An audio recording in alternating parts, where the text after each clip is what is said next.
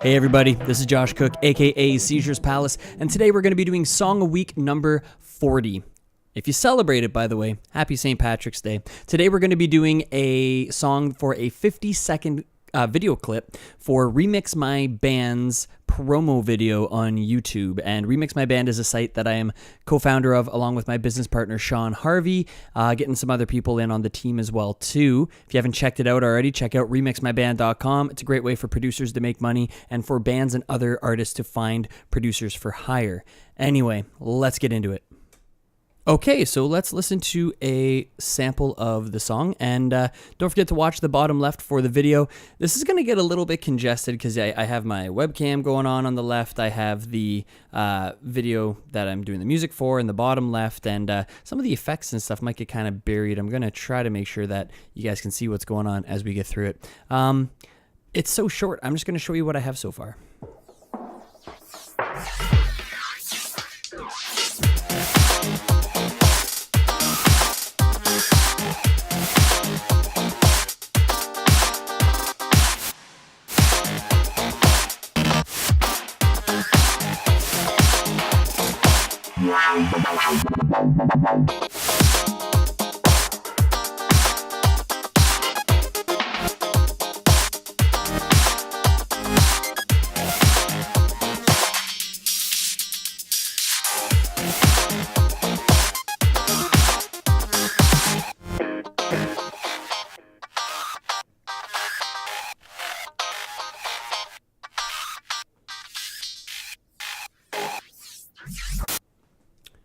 Okay, so that's it. So the first thing that I did with this video is I came up with a serum patch.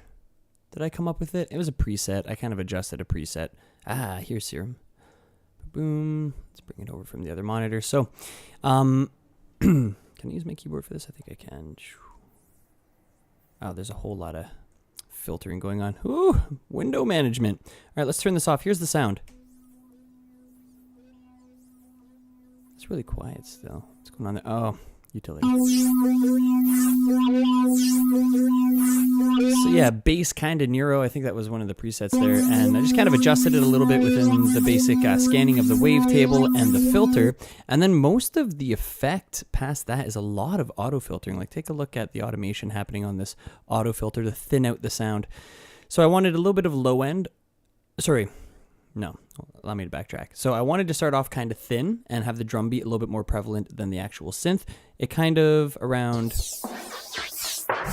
there, right around this point here, when the Remix My Band logo comes in, you get a little bit of low end, so it's kind of like the logo goes ooh and kind of comes in a bit. And then that kind of happens again later around this point when it's starting to kind of get glitchy and stuff. So yeah, listen to that sound again by itself. It sounds like...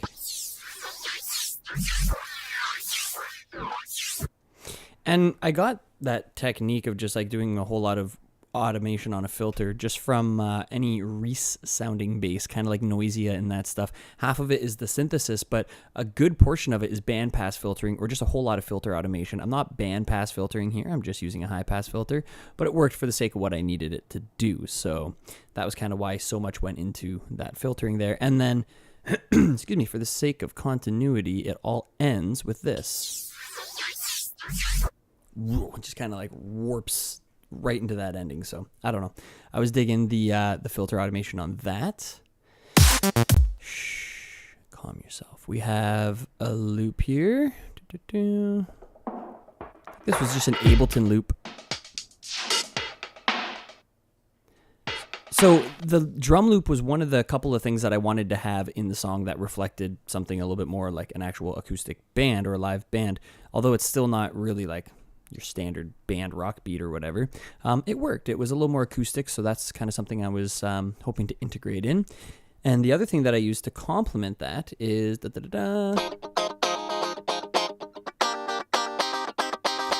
funk guitar, and that's the Scarby funk guitar in Contact. Excuse me. I went through a bunch of different types of playing styles and then created my own chord progression, and I just wanted like a simple 3-chord thing. And I was able to go in and Because Contact is pretty high in terms of its CPU usage, I did freeze and flatten this, and I was also able to glitch things a lot easier just based on working with the WAV file. So that worked out nicely, and then those two things together kind of add a little bit more of a, I don't want to say acoustic feel, but the band portion of Remix My Band's song in this case. And then on top of that, there was a whole lot of not band-related stuff, very digital sounding drums and other instruments and synths and that kind of stuff. So we have Kick from Kick 2 that I created. Pretty standard in terms of the Seizures Palace sound.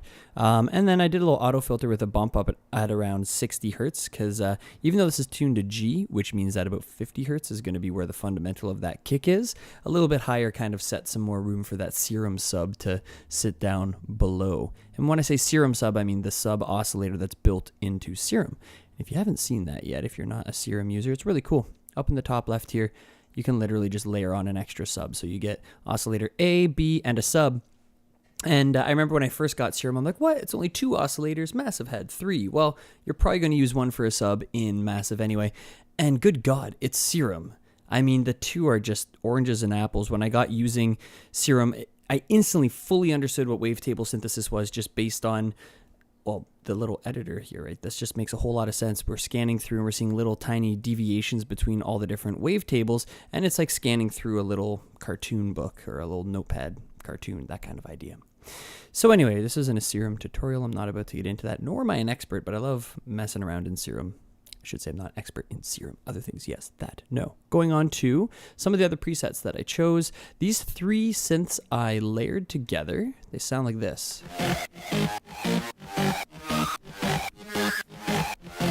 So one of them is just the standard preset called Metal or Metal something under their leads, I believe.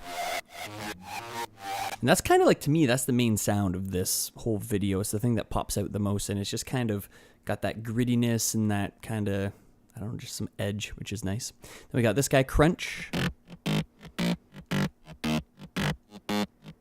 And if you listen to much Seizures Palace, you would know that I love these sort of like chugging basses from the songs like Harmed Race and IR Hurts You that I put out on my first album that was more like really metal guitar style synths, to more recently my influence from Overwork from London, Ontario. He loves to have that sort of reduxed, bit crushed, chunky bass sound, and I like to use that from time to time too. And I actually was using that before I started to listen to Overwork, and it was really coincidental that he just did it better than I did, and it was enough to be able to be like, cool, I got my foot in the door with that sound. But he was definitely an influence for wanting to improve my sound design that way too. So with that said, this is just basically a preset that I've tweaked up a little bit, and then something to give some width to the synths. Also arpeggiated. When you put the 3 together, you get... And the mutes are working together so that way when those parts are muted, other parts are playing. And in retrospect, I think I didn't end up changing the mutes on any of these synths. In other words, if this synth is muting, then this one is, and this one is. And with that said, I could have just muted the group. Why I didn't do that is if I at any point had needed to not mute one of the 3, I just wanted to leave that door open, so to speak. And it didn't take much extra work or any at all to just copy and paste the envelope that way. So we went into the funk guitar. There's some audio here, an old Vengeance sample, and then we're going over into some chord stabs. Oh no, sorry, the arpeggiator portion. So you can hear it has 2 purposes. I'm turning on and off the arpeggiator, so it's on here and here, so you get and then here you get or that sort of idea. So I'm outlining the same chords that are in the chord progression from the guitar and everything else. And then there's 2 key moments where, well, 3, where that arpeggiator happens. There's the first drop down list. There's this one if you watch the video. Whoa, which I am blocking. Oh, come on. Noob error. What's going on? Let's try that again. There we go. So watch down in the bottom left. So when that list came down, I wanted a little arpeggiator. And then this line comes down later. And I actually didn't come up with that arpeggiator part until I exported the song, listened to it by itself without the video, and I'm like, it almost sounds like there wants to be like a little call and response, like an echo to that arpeggiator at around this point. So I was like, well, I'm only going to put it in if it lines up with the video, and it was creepy how well it worked with that little line that moved down. So that was a keeper, you might call it. We have another drop-down menu. So I use the same one there, another like little chord there. So just going on and off with the arpeggiator throughout that line there. Another bounced instance of Serum. Oh, let's listen to that. And notice how the little sort of, that part there lines up with the glitchiness of the video. If you notice anything about this video, I would hope that you notice that all the little glitches in the video, I tried to stutter the music or do something to kind of make it just like suited for those glitches. So that way it seems like everything's glitching, not just the video, but the music alongside with it. Oh, a whole lot of dead space down here for potential synths that I guess didn't happen or got removed later. I should say moved again later or moved later. Not removed, but just moved. Anyway. And then the side chain up at the top and the video file up here. If you guys are Ableton users and you've never actually done any composing for film or anything, you just drag the file in depending on what it is, but it does take MP4. So I made sure that we had an MP4. It'll give you the audio and it'll give you the video. This is actually, I originally scored it to draft 6. Draft 7 already, like if I solo this, it already has the music in it. It has all that same stuff, but that's an older version of the song. So I'm muting the audio, but we can still see the video just because it's all kind of integrated into that one file there. There's also, what's this guy here? Oh, right. Right, so just like a backwards reverb effect into a little like 808 percussive sound. And if you watch how that lines up. So the doom is the thing fully extended out. One more time. So little things like that, like it, I would imagine would pass by most people their first listen, but the more you watch it, the more you're going to catch some of that stuff. Little white noise risers. I go, for example, if I go over to my user library here, at the bottom, can you guys see it? You can. I have white noise audio and white noise synth. So white noise synth is just going to be literally, oh, white noise setup on an analog synth in Ableton. And then the other stuff is literally just a long instance of, by the other stuff, I mean white noise audio is a long instance of just flattened audio white noise. So I'm doing a lot of, if we go into the fades here, a lot of fades this way. I'm not using necessarily sidechain compression or automation of the utility. I'm just kind of cheating a little bit and doing it this way. It's easy and it worked, so I'm happy. So as you can see, the triangle kind of comes down into a static position, and at that point the snare drum hits, and during that motion you're going to hear the white noise. 2 more times. So the question that I'd imagine some people might think is, how did I get things to line up the way they did? And it's a lot of just watching the video and manipulating the music so it adjusts, but how did I choose a beats per minute? Because this video was not created with another song or a bed track in mind or anything. He just created the video. And I do something really weird when I compose for film, and I don't know how many other composers do this. I haven't learned it as a trick from anyone else. You can feel free to use it. It's an acquired skill that I think I got from DJing on turntables and just really being able to kind of hear if something is faster, slower, and a lot of beat matching. So I'll take my metronome. I just have like a little, where is it? A little blue Korg metronome, and it has tap tempo on it. And Ableton has tap tempo too, but I want a separate metronome for that. You can also get the metronome app. You don't have to subdivide the rhythms, so you get your basic play. You can adjust the tempo, and you can do tap tempo, and that's a free app for me on my iPhone. It's called Metronome.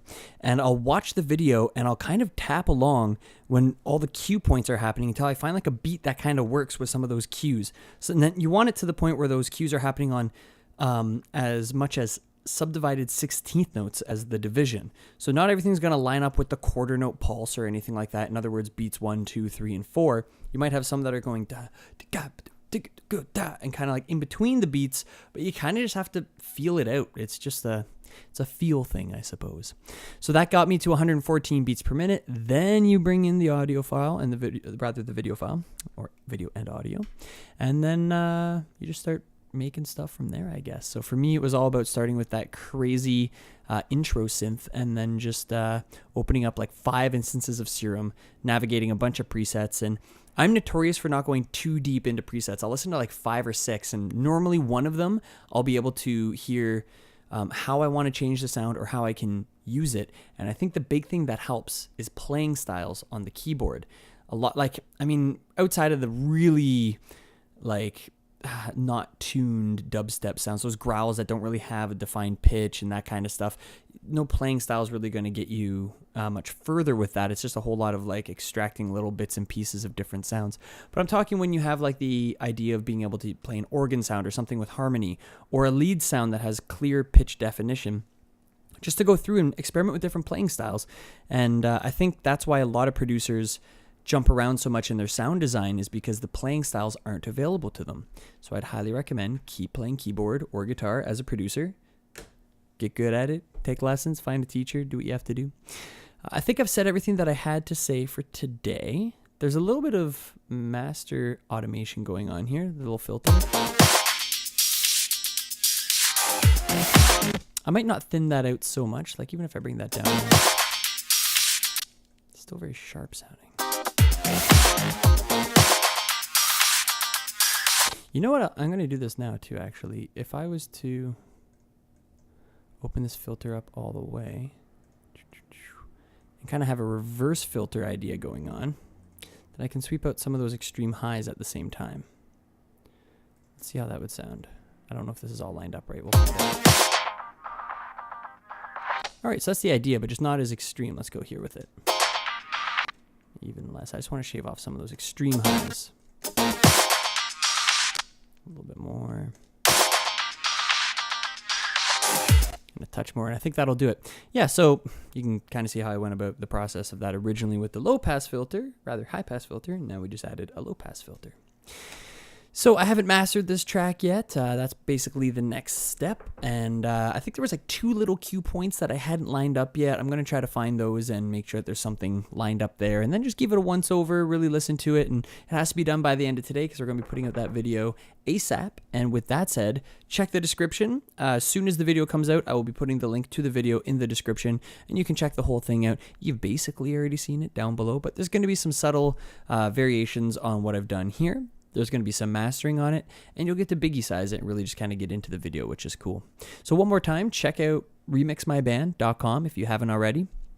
If you are a producer or know a producer, they're probably trying to make some money as a producer. That tends to be something that we all do, and that's a great site for that. It came from my frustration as a producer and dealing with, I'm not going to name any names, but bigger remix sites where you either had to be on a label if you wanted to be remixed, or if you were a producer entering a contest, there was always some really whack, I hate the word whack, but I'm using it. There were some whack producers winning those contests, like to the point where you were convinced that daddy brought his credit card along and said, like, make sure my son wins this contest. Like some really bad remixes, like to the point where it's like, there's no way they're the winner. And I got frustrated. Being in a band at the time, I wasn't able to enter any contests.